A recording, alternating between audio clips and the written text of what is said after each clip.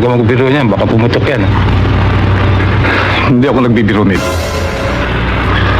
Talagang ipuputok ito.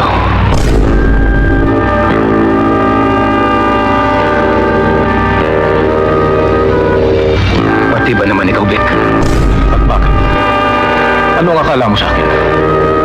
Ginawa mo akong parang bibi. Bubusugin mo muna bago mo patayin. Meron pa bang pagkakaiba yun? Kagaya ka rin ng iyong aso. Nagtiwala sa akin.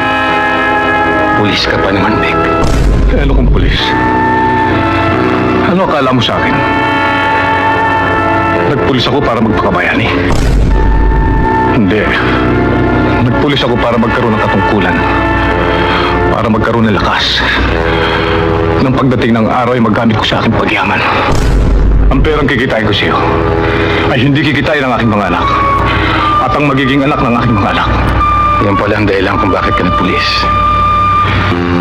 Hindi ka naman nahiya na iyan ang pamamana mo sa mga anak mo. Sabihin mo lang lahat ang gusto mo sabihin. Walang kwenta sa akin.